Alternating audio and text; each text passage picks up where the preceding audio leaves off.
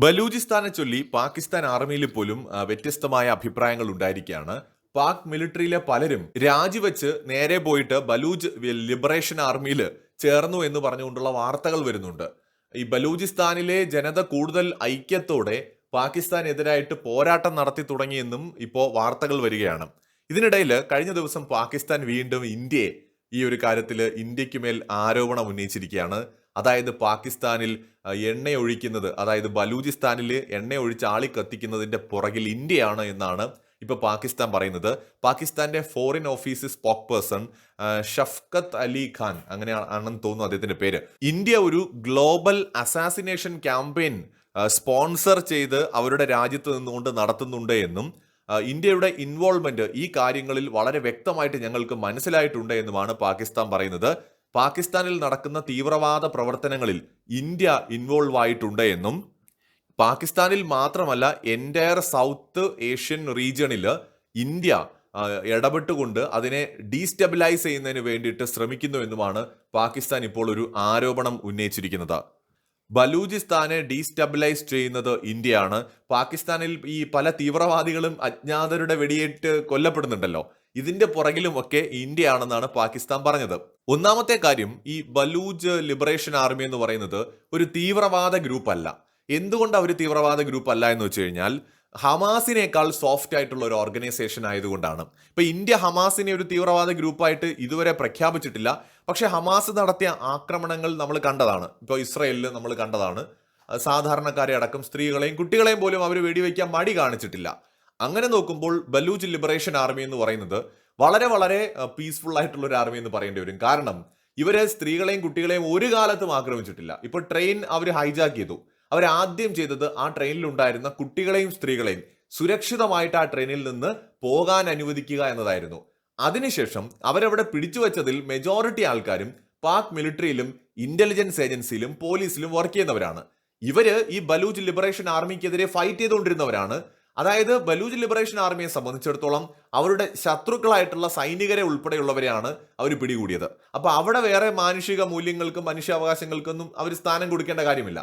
എന്നാൽ ഇതിലൊന്നും പെടാത്ത കുട്ടികളെയും സ്ത്രീകളെയും അവർ ആക്രമിക്കുകയോ ഉപദ്രവിക്കുകയോ ചെയ്തില്ലെന്ന് മാത്രമല്ല, അവരെ സുരക്ഷിതമായിട്ട് അതിൽ നിന്ന് ഒഴിവാക്കുകയും ചെയ്തു. അപ്പൊ അതുകൊണ്ടാണ് ബലൂജ് ലിബറേഷൻ ആർമി ഒരു തീവ്രവാദ സംഘടനയല്ല എന്ന് പറയേണ്ടി വരുന്നത്. ഇനി അവരെന്തിനാണ് സ്വാഭാവികമായിട്ട് അവിടെ ഉണ്ടായതെന്ന് ചോദിച്ചാൽ, ഇപ്പൊ ഇന്ത്യയുടെ ജമ്മു കാശ്മീരിന്റെ ഭാഗമായ ഗിൽജിത്ത്, ബാൾട്ടിസ്ഥാൻ ഇങ്ങനെയുള്ള പ്രദേശങ്ങളൊക്കെ പാകിസ്ഥാൻ പിടിച്ചെടുക്കുന്നത് ഈ അധിനിവേശത്തിന്റെ രൂപത്തിലാണ്. എന്ന് വെച്ചാൽ ട്രൈബലുകളുടെ സഹായത്തോടെ പാക് മിലിറ്ററി എന്ത് ചെയ്തു, ഇന്ത്യൻ യൂണിയനിൽ ഹരിസിംഗ് രാജാവ് ലയിക്കാൻ തീരുമാനിക്കുന്നു, ഇവന്മാരെ ഒരു സൈഡിൽ കൂടെ കയറി വന്ന് കുറെ പ്രദേശങ്ങൾ അങ്ങ് പിടിച്ചെടുക്കുകയാണ്, അനധികൃതമായിട്ട് കയ്യേറിയതാണ്. ഇതേ രീതിയിൽ ബലൂചിസ്ഥാൻ എന്ന് പറയുന്ന സ്വതന്ത്രമായ പ്രദേശത്തെ പാകിസ്ഥാൻ പട്ടാളം കയ്യേറിയതാണ്, അനധികൃതമായിട്ട് പിടിച്ചെടുത്തതാണ്. അന്ന് തൊട്ട് ഇവരെന്നാണോ ആ പ്രദേശം കയ്യേറിയത് അന്ന് തൊട്ട് അവിടെയുള്ള ജനങ്ങൾ ഇവർക്കെതിരെ ഫൈറ്റ് ചെയ്ത് തുടങ്ങിയതാണ്. അതിന്റെ ഏറ്റവും മോഡേൺ വേർഷനാണ്, രൂപമാണ് ഇന്ന് ഈ കാണുന്ന BLA എന്ന് പറയുന്ന ഗ്രൂപ്പ്.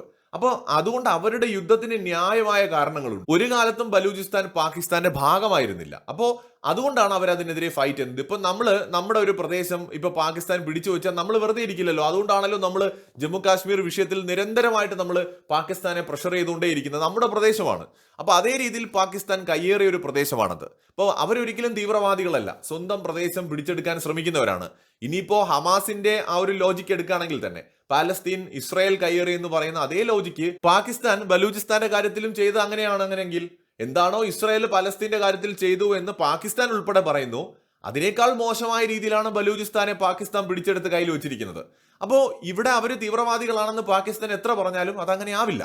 മറ്റൊരു കാര്യം, ഇന്ത്യ അവരെ സപ്പോർട്ട് ചെയ്യുന്നുണ്ടോ എന്നുള്ളതാണ്. ഇന്ത്യ ചിലപ്പോൾ സപ്പോർട്ട് ചെയ്യുന്നുണ്ടാവും, അത് അവര് തീവ്രവാദികളല്ലാത്തത് കൊണ്ട് തന്നെയാണ്. ഇന്ത്യ തീർച്ചയായിട്ടും അവരെ സപ്പോർട്ട് ചെയ്യുന്നുണ്ടാവും, അവരുടെ സ്വാതന്ത്ര്യത്തിന് ചിലപ്പോൾ പിന്തുണ കൊടുക്കുന്നുണ്ടാവും. എവിഡൻസ് ഒന്നും നമ്മുടെ കയ്യിലില്ല. ഇന്ത്യ ഗവൺമെന്റ് ഒഫീഷ്യലായിട്ട് അവർക്ക് അങ്ങനെ ഒരു സപ്പോർട്ട് എവിടെയും പറഞ്ഞിട്ടില്ല. ഇനി ഇന്ത്യയുടെ ഏജൻസികൾ വല്ലതും സപ്പോർട്ട് ചെയ്യുന്നുണ്ടെങ്കിൽ തന്നെ ഒരു ഇന്ത്യക്കാരൻ എന്ന നിലയിൽ അത് 100% ശരിയാണെന്ന് വിശ്വസിക്കുന്ന ഒരാളാണ് ഞാൻ. കാരണം പാകിസ്ഥാൻ ഇന്ത്യയെ ഡീസ്റ്റെബിലൈസ് ചെയ്യാനായിട്ട് ശ്രമിക്കുന്നത് പോലെ ഇന്ത്യ പാകിസ്ഥാനോട് ചെയ്തിട്ടില്ല. നമ്മൾ അതേ നാണയത്തിൽ അവരോട് ചെയ്യണം. സത്യത്തിൽ ഇതുവരെ ചെയ്തു തുടങ്ങിയില്ലെങ്കിൽ ഇനി ചെയ്തു തുടങ്ങണം എന്നുള്ളതാണ്. എന്തായാലും ഈ ബലൂജിന്റെ വിമോചനത്തിൽ അല്ലെങ്കിൽ ബലൂജിന്റെ സ്വാതന്ത്ര്യത്തിന് ഇന്ത്യയുടെ ഒരു സപ്പോർട്ട് ഉണ്ടാവേണ്ടത് ആവശ്യം തന്നെയാണ്. പാകിസ്ഥാൻ പറയുന്നത് പോലെ അങ്ങനെ ഒരു സപ്പോർട്ട് ഇന്ത്യ കൊടുക്കുന്നുണ്ടെങ്കിൽ നല്ല കാര്യമാണ്. ഇനി തീവ്രവാദികളെ വധിക്കുന്നു. അവർ പറയുന്നത് ഇന്ത്യ മറ്റു രാജ്യങ്ങളിൽ, പ്രത്യേകിച്ച് പാകിസ്ഥാനിൽ ഇന്ത്യ ഇത്തരത്തിൽ കൊലപാതകങ്ങൾ നടത്തുകയാണെന്നാണ്.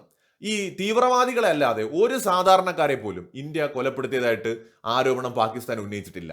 പാകിസ്ഥാൻ ആരോപണം ഉന്നയിക്കുന്നത് ഇന്ത്യ പലരെയും കൊല്ലുന്നു എന്നാണ്. ഈ കൊല്ലപ്പെടുന്ന ആളുകളെല്ലാം തന്നെ തീവ്രവാദികളാണ്. ഒന്നുകിൽ അന്താരാഷ്ട്ര തീവ്രവാദികളായി പ്രഖ്യാപിക്കപ്പെട്ടവരാണ്, ഇല്ലെങ്കിൽ ഏതെങ്കിലും തീവ്രവാദ പ്രവർത്തനം ഇന്ത്യയിലോ സമീപ പ്രദേശങ്ങളിലോ നടത്തിയിട്ട് കുപ്രസിദ്ധി നേടിയ ആൾക്കാരാണ് അവിടെയൊക്കെ കൊല്ലപ്പെടുന്നത്.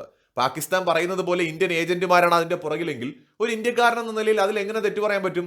ഇപ്പൊ ഇന്ത്യയിൽ തന്നെ സ്ഫോടനങ്ങൾ നടത്തിയിട്ടുള്ള, ആക്രമണങ്ങൾ നടത്തിയിട്ടുള്ള, തീവ്രവാദ പ്രവർത്തനങ്ങൾ നടത്തിയിട്ടുള്ള ആളുകളെയാണ് ഇന്ത്യ പോയി കൊല്ലുന്നത്. അല്ലാതെ മിണ്ടാതിരിക്കുന്ന ഒരു മനുഷ്യരെയും അങ്ങനെയാണെങ്കിൽ പോയി ആരും കൊല്ലുന്നില്ല.